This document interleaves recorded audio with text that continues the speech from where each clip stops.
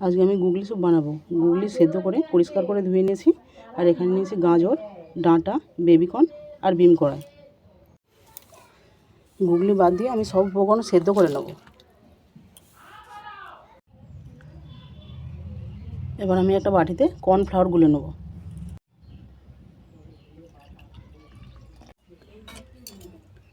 সবজি আমার সেদ্ধ হয়ে গেছে, আমি এবার সবজিটাকে নামিয়ে নেব।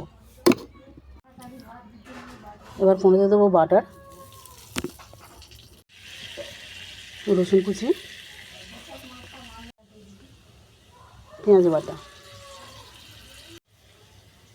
এরপর গুগলিটাকে ভালো করে ভেজে নেব। এটা একবারে মৃদু আঁচে বানাবে, যেন কোনো রকম ছুঁয়ে না যায়। গুগলি ভাজা হয়ে গেছে। এবার যে সবজি সেদ্ধ করে রেখেছিলাম ওর স্টকটাকে আমি দিয়ে দেবো।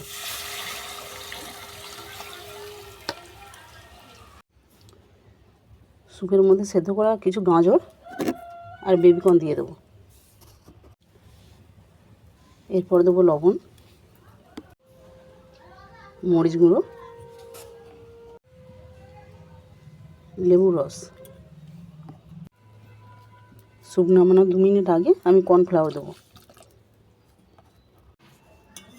স্যুপটা আমার হয়ে গেছে, আমি এবার নামিয়ে নেব। গুগলি স্যুপ আমার তো খুব পছন্দ হয়েছে। আমার পছন্দ হলে হবে না, তোমাদেরও পছন্দ হওয়া চাই।